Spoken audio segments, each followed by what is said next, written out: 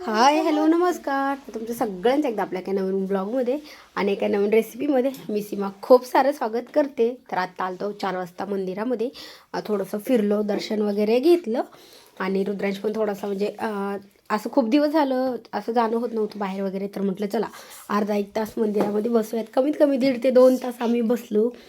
छान मस्त फिरलं, रुद्रांश पण छान खेळला आणि मग संध्याकाळी घरी आलो.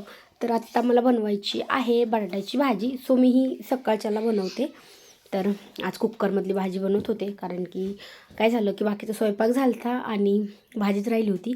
तर म्हटलं आता कढईमध्ये किंवा पातेल्यामध्ये करण तर उशीर होईल, त्याच्यामुळं कुकरमध्ये करायला घेतली.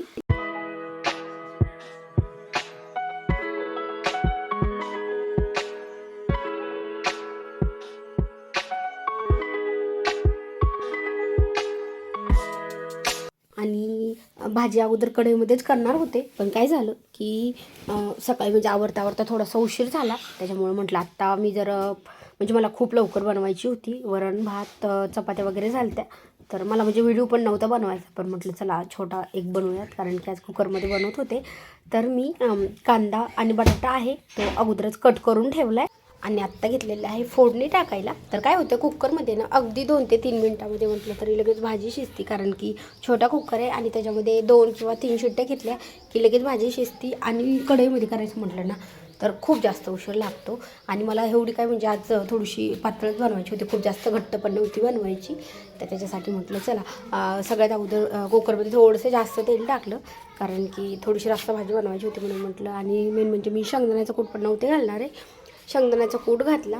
तर तेल कमी घातलं तरी चालतं, पण मी फक्त म्हणजे दररोज जशी बनवत असते ना तशीच बनवायची, फक्त थोडीशी पातळ बनवायची आणि कुकरमध्ये बनवायची, फक्त फरक एवढाच आहे. सो तेल टाकलं, त्याच्यामध्ये जिरे मोहरी टाकली, ती छान तडतडली की लगेच कट करून ठेवलेला कांदा आहे, कांदा पण थोडासा जास्तच टाकला होता, म्हणजे सुकी भाजी बनवायची असती ना तेवढाच. आणि मग ही सकाळच्याला बनवत होते मी. तरी मला 11:30 वाजले होते, कारण की थोडंसं काम पण होतं अगोदर, फरशा वगैरे देवपूजा वगैरे सगळं. तर उशीर झाला थोडा. तर मग मी लगेच कांदा टाकला, कांदा परतायला टाकल्याच्यानंतर त्याच्यावर थोडंसं मीठ टाकलं.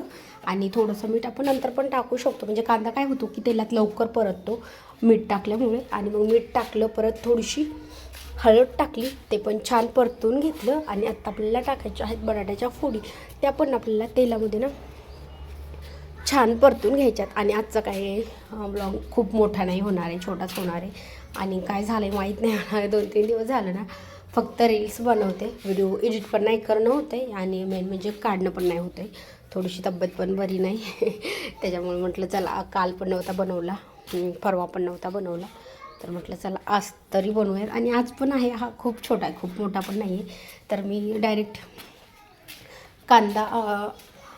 कांद्याच्या नंतरच मी तिखट न टाकता अगोदर बटाट्याच्या फोडी टाकल्या, त्या छान परतून घेतल्या आणि अर्धा 1 मिनटं छान परतल्याच्या नंतर त्याच्यात वरतून टाकायचं आहे आपल्याला तिखट. आणि जेवढे मसाले वगैरे टाकायचे आहेत तेवढे मसाले टाकायचे. सो मी अगोदर फक्त एकच तिखट टाकत होते, पण ते थोडंसं माझ्याकडनं त्याच्यात कांदा लसूण जास्त झाल्यामुळे आत्ता मी कलरसाठी पण जास्त, माझा जो मसाला आहे त्यांनी खूप जास्त म्हणजे असं कलर येत नव्हतं भाजीला, म्हणून आता तो पण मसाला घेतला मी, विकतच घेतला आहे फक्त कलरसाठी. आणि हेच आहे खडे मसाला, म्हणजे खडे मसाला, कांदा लसूण मसाला आणि लाल तिखट, हे सगळं आपल्याला ह्याच्यामध्ये ॲड करायचे. आणि छान परतून घेऊन जेवढं आपल्याला भाजी शिजायला, म्हणजे कुकरमध्ये तर तसं जास्त शिजायला पण पाणी नाही लागत, ते सुकी जर करायची असली ना अगदी 1 कप जरी पाणी टाकलं ना तरी पण भाजी म्हणजे शिजती लवकर.